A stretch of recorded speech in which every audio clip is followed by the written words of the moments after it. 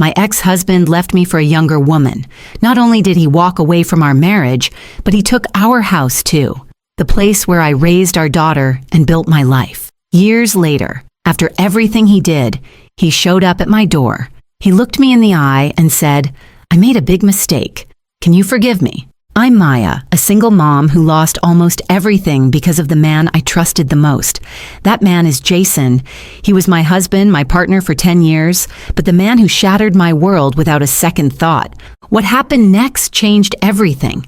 I had to rebuild my life from the ground up, alone. And when Jason finally saw what I had become, it was too late for him to fix anything. Before everything fell apart, my life felt normal, maybe even good. My name is Maya, and I was married to Jason for 10 years. We lived in a modest house in a quiet neighborhood just outside of town. It wasn't a mansion or anything fancy, but it was ours. A place where I raised our daughter, Emma, who was 8 years old at the time. Everything changed. Jason and I met when we were in our early 20s. Back then, we were young and full of hope.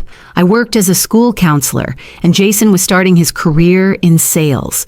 Our life together was simple but steady. We built routines.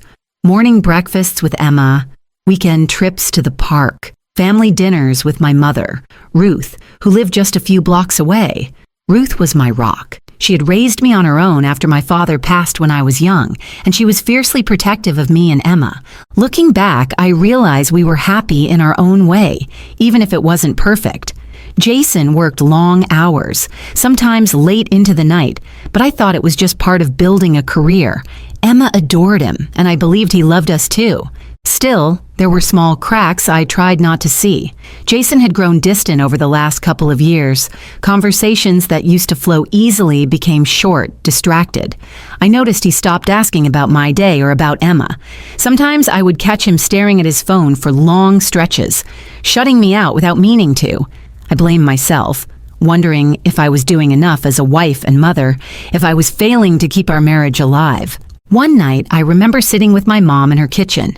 Emma was asleep at home. I told Ruth I felt like I was losing Jason, but I didn't know why. She looked at me with those steady eyes only a mother has and said, "Honey, sometimes people change, but you can't lose yourself waiting for someone who might not be coming back." That night stuck with me more than I wanted to admit. I was scared but didn't want to face the possibility that something was seriously wrong. Then came the day I found out Jason had been seeing someone else. Not just seeing, he had moved in with her. Her name was Chloe, a woman 10 years younger than me, with a life full of possibilities and no ties to the past. I still remember the sinking feeling when a neighbor casually mentioned seeing Jason's car at Chloe's house. I thought it was a mistake until I saw the photos on social media. Jason and Chloe, smiling and holding hands like they'd never known me or Emma. I confronted Jason. His face was unreadable when I asked him why. He said, "It just happened. I didn't mean for it to go this far, but it did go that far. He left me, left Emma, and worst of all, he took our house." Losing the house wasn't just about the property. It was the heart of our family, the place where I had built a life piece by piece. Suddenly, I was forced to pack up my daughter and start over with almost nothing.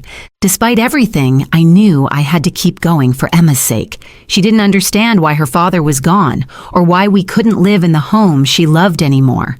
One night, after putting Emma to bed, she looked up at me and asked quietly, "Mom, why did Daddy leave us?" That question broke something inside me, but I didn't let it show.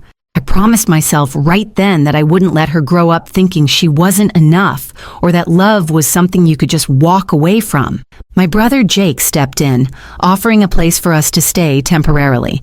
Jake has always been practical and no nonsense. He gave me the kind of support I desperately needed without sugarcoating things. "You're stronger than you think, Maya," he told me. "We'll figure this out." Even with family around, the nights were hard. The silence of an empty home echoed with memories of happier times. I felt lost but determined. Somewhere deep down, I knew this wasn't the end of my story. That's when I made the decision that would change everything. I refused to let Jason's betrayal define me or my daughter's future. It was time to rebuild. But I had no idea how hard that road would be, or how much I would have to fight. not just against him, but against my own doubts and fears. Looking back now, I see how that moment shaped the rest of my life. I wasn't just losing a husband or a house. I was losing the life I thought I had. But in losing that, I found something I didn't expect: my own strength. The moment Jason left was like the ground disappeared beneath my feet. I still remember the shock of it, the way everything I thought was solid suddenly felt fragile, like it could shatter with the slightest touch. At first, I couldn't believe it was real. I kept thinking it was some terrible misunderstanding, but the evidence was all around me. The texts on his phone I accidentally saw, the sudden silence when I called, and then the social media posts showing Jason with Chloe. Chloe was young, vibrant, and everything I wasn't anymore. At least that's how I felt. She had no history with Jason, no shared memories, no ties to the family we'd built, and somehow she had become his new life. The worst blow came when I learned he was taking the house, too. We had fought tooth and nail to get it during our marriage. It was the one place where Emma and I had stability. Now, it was gone. I had to fight for months just to hold on to what little I had left. Jason hired a lawyer and made sure every penny, every possession, every shred of our life together was out of reach. I'll never forget the day the court ruled the house belonged to him. Sitting in that courtroom, the walls seemed to close in around me. I felt powerless. The judge's words felt like a punch to the stomach. The property will remain under Mr. Thompson's ownership. Jason sat there with that smug look, like he had won some kind of prize. Afterward, I sat in my car holding Emma's tiny hand. She looked up at me with wide eyes and asked, "Mom, where will we live now?" I had no answer. I just hugged her and promised we'd be okay. That period was a blur of sleepless nights, tears and long days filled with uncertainty. I had to find a new place, a new job, and somehow keep my daughter's world as normal as possible. But inside, I was breaking. What hurt most was the way Jason treated the whole thing. He acted like I was the one who had failed him, like leaving me and Emma was the right choice because somehow I wasn't enough. One night I called him out. "How could you do this? Take everything and walk away like it's nothing." My voice cracked with anger and pain. His response was cold, almost rehearsed. "It's just business, Maya. Don't take it personally." That broke something inside me. I realized then that Jason didn't see me or Emma as people. We were just obstacles, things to get rid of on his way to something better. But I refused to let him erase us. The emotional weight was crushing. I felt betrayed by the man I loved, angry at the unfairness of it all, and terrified about the future. But most of all, I felt alone. My mother, Ruth, tried to keep me grounded. "Maya, this isn't your fault. You are strong and you will get through this," she said, holding me when I cried. Her faith in me was the only thing that kept me going some days. My brother Jake was relentless in practical ways. He helped me pack up the house, deal with the legal mess, and even found me a temporary job. "You're not a victim," he told me. "You're a fighter. Remember that." Even Emma noticed the change. One afternoon, she asked me quietly, "Mom, will Daddy ever come back?" I didn't want to lie, but I also didn't want to break her heart. So I told her, "I don't know, sweetie, but no matter what, I'm here and I'm not going anywhere." That became my promise to both of us, to keep fighting, to keep going, even when it seemed impossible. The conflict wasn't just about the house or the breakup. It was about losing trust, losing security, and facing the future with nothing but hope and grit. There were moments I thought I couldn't take it anymore, when the weight of it all made me want to give up. But every time I felt like breaking, I looked at Emma and remembered why I had to keep going. The battle was both external and internal. I fought legal battles and financial hardships, but I also fought the fear and self-doubt that tried to swallow me whole. Jason's betrayal cut deep, but it forced me to find strength I didn't know I had. It was the hardest chapter of my life, but it was the beginning of my transformation. The question that haunted me every day was, how do you rebuild when everything you believed in falls apart? The answer didn't come overnight, but one thing was clear. I couldn't do it by holding on to anger or pain. I had to find a way forward no matter what. That decision would come soon enough, but for now, the conflict was real, raw, and unrelenting. After months of feeling lost and overwhelmed, I reached a moment where I had to choose. Keep drowning in what Jason had done, or start fighting for the life I wanted, for myself and for Emma. It wasn't an easy decision, but it was necessary. I remember the exact day it happened. I was sitting in the small apartment Jake had helped me find, the place that was nothing like the home Jason had taken. The walls were bare, and the space felt cramped, but it was ours. Emma was playing quietly in the next room, and I was staring at a stack of bills that didn't seem to stop piling up. I thought about everything I'd lost: the house, my marriage, the security I once had. I thought about the late nights crying alone, the fear that maybe I wasn't strong enough to rebuild. But then I thought about Emma. I realized I had to stop waiting for someone else to fix things or for Jason to come back. That wasn't going to happen. If I wanted a future, I had to build it myself. So I made a plan. First, I reached out to Ruth. My mom had always been my biggest supporter, but this time I needed more than comfort. I needed guidance and a reminder of who I was beneath all the pain. "Mom," I said over the phone, voice steady but raw, "I'm ready to start over. I need help figuring out how to make this work." She didn't hesitate. "We'll get through this, Maya, step by step." I started by looking for a job that could support us better than the part-time work I'd been doing.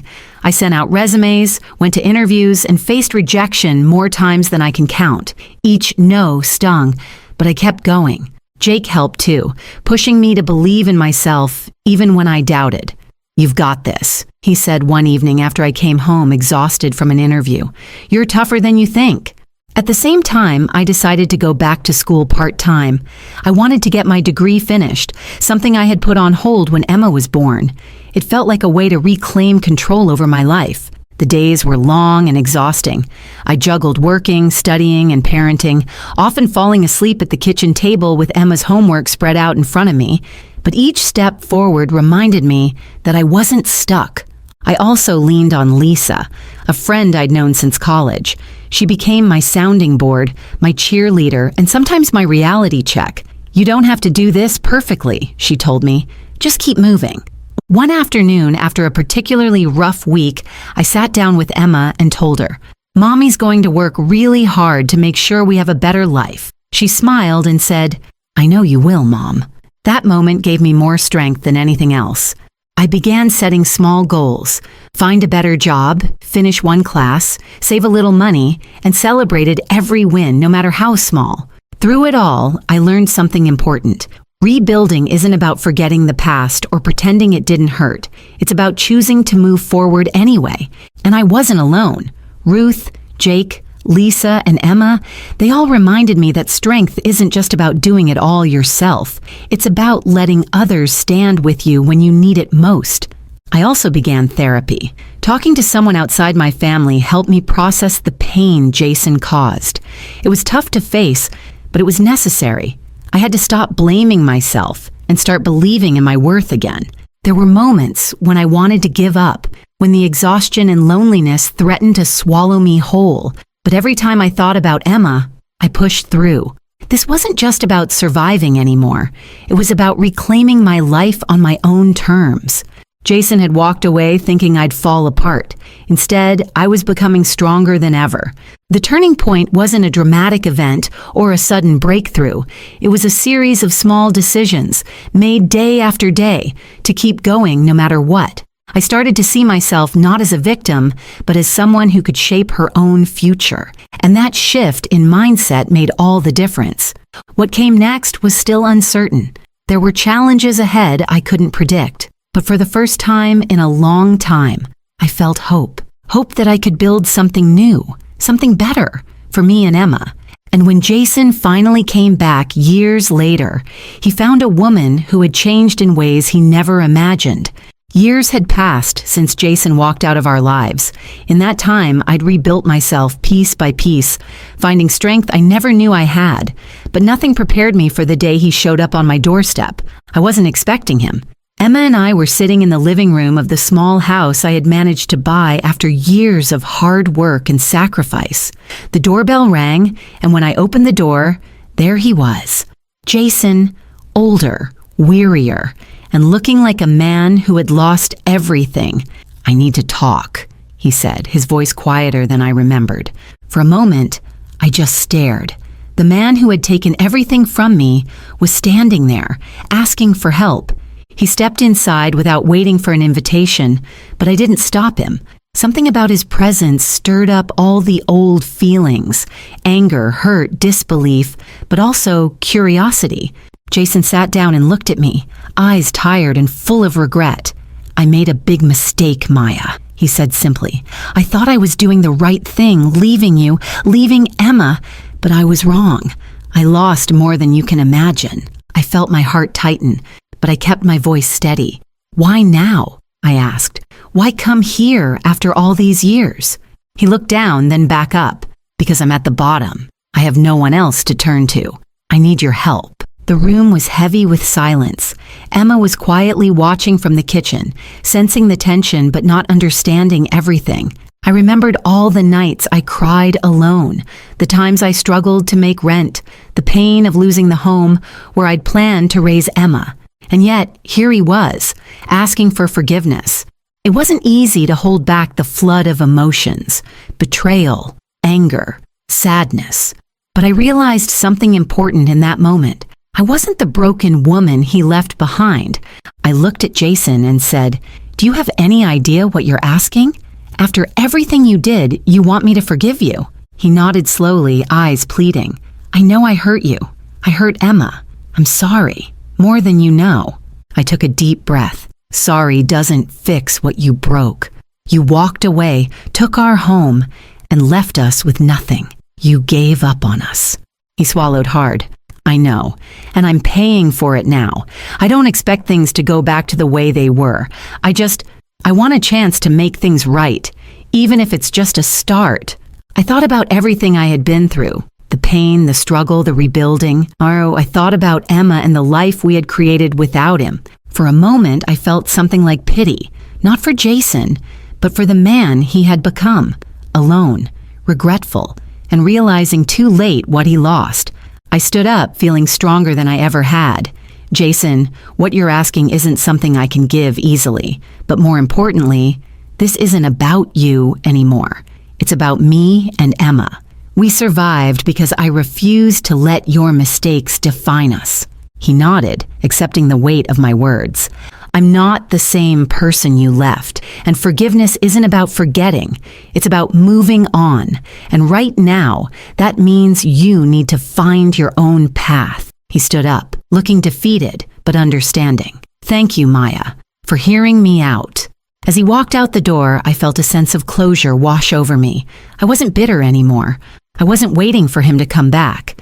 I had built a life that didn't need him. Emma came over and hugged me tightly. "Mom, are you okay?" she asked. I smiled and nodded. "More than okay. We're stronger than ever." That day marked the end of one chapter and the beginning of another, a chapter where I was in control of my own story. Jason's return didn't change the past, but it showed me how far I'd come. And it was clear that sometimes the people who leave are the ones who realize too late what they lost. But the ones who stay and fight, those are the ones who truly win. When Jason walked away, he didn't just leave me and Emma. He walked away from the life we built together. At the time, it felt like everything was gone. Our house, our future, even my sense of self. But looking back now, I see that losing him forced me to find something more important: my own strength. Rebuilding my life wasn't easy. The road was full of challenges, doubts, and moments when giving up seemed like the only option. But with each small step forward, I grew more certain that I could create a life that wasn't defined by what Jason took from me. I went back to school, balancing classes and work while raising Emma as a single mom. I found jobs that didn't always pay much, but gave me a chance to prove to myself that I was capable. My mom, Ruth, was there every step of the way, reminding me I wasn't alone. My brother Jake pitched in, always ready with practical advice and a shoulder to lean on. And Lisa, my best friend, cheered me on during my lowest moments. Together, they formed the foundation I needed to stand on my own 2 feet. What I learned through all of this is that strength isn't about never falling. It's about getting up every time life knocks you down. It's about facing the pain, the betrayal, and the uncertainty, and choosing to keep going anyway. Jason's return years later was a test of everything I'd learned. When he showed up asking for forgiveness, I realized how much I had changed. I wasn't the scared, broken woman he left behind. I was a mother, a woman, and someone who had rebuilt her life from scratch. Forgiving him wasn't easy, and I won't pretend it was. But I realized forgiveness wasn't about him. It was about me finding peace. Holding on to anger would only keep me chained to the past. Letting go meant I could focus on the future I was building with Emma. Emma thrived in the life we created. She grew up knowing her mother was resilient and determined. She learned that no matter what life throws at you, you can rise above it. Seeing her happy and confident is my greatest accomplishment. Sometimes people ask me if I ever regret what happened or if I wish things were different. I don't, because every hardship pushed me to discover who I really am. Jason's mistakes didn't define me. My response did. This journey taught me the value of self-worth, independence, and the power of resilience. It showed me that even when the people closest to us fail, we can find strength within ourselves and the people who truly care. If there's one thing I want anyone going through something similar to know, it's this: your worth is not tied to anyone else's choices. When someone walks away, it's painful, but it's also an opportunity. A chance to build a life that's truly yours. You don't have to wait for someone else to fix things. You can be the one who fixes yourself. And sometimes, that's the most powerful thing you'll ever do. So to anyone watching this who's faced betrayal or loss, know that healing takes time.